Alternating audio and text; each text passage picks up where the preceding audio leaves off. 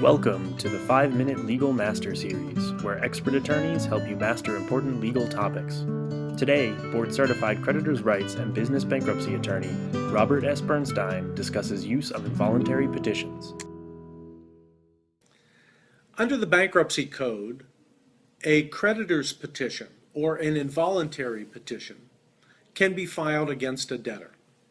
There are various tests for who may be a debtor, but the typical test is that the debtor is not paying its debts as they fall due.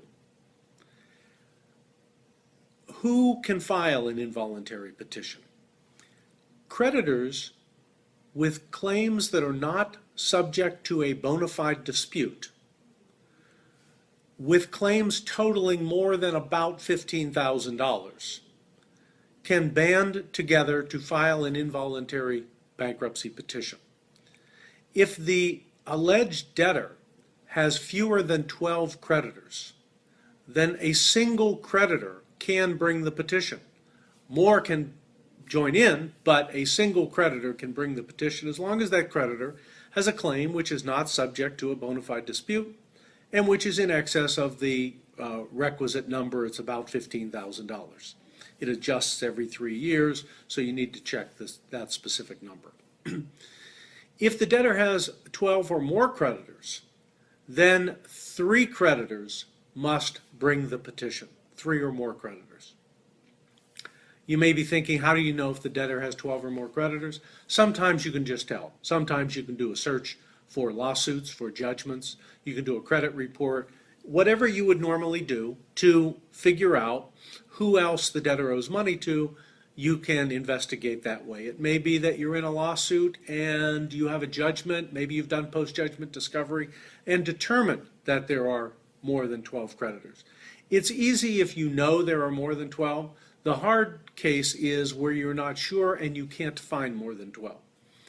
The best thing to do at that point would be to make whatever inquiry you can, search as many ways as you possibly can, and perhaps even ask the debtor if it has more than 12 creditors, explaining to it why you're asking. That might have the effect of getting the debtor's attention too.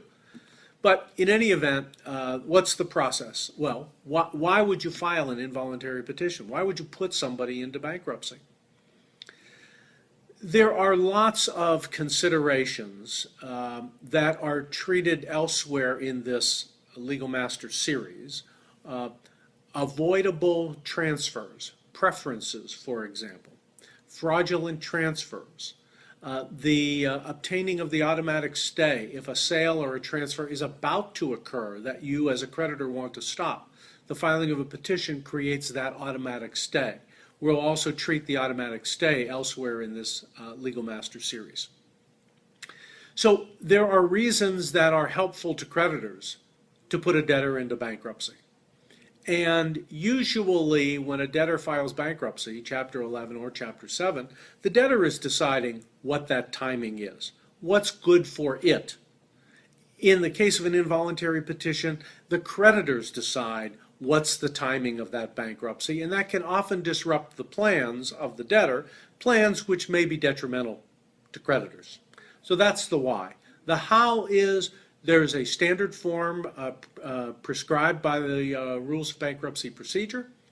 That form, that creditor's petition is completed. It's filed with the bankruptcy court.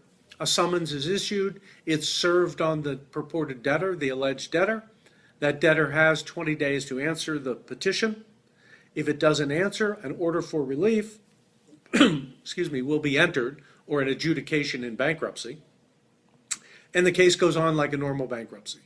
If the debtor contests its whether it should be in bankruptcy, there can be a trial held on that, and ultimately the judge will make a decision. If the petition is filed by fewer than 3 creditors and the debtor alleges that it has more than 12 creditors, it must file a list of the creditors, and the petitioning creditors should be given an opportunity to seek other creditors to join in. If other creditors join in, getting the requisite number and amount, then the petition should proceed.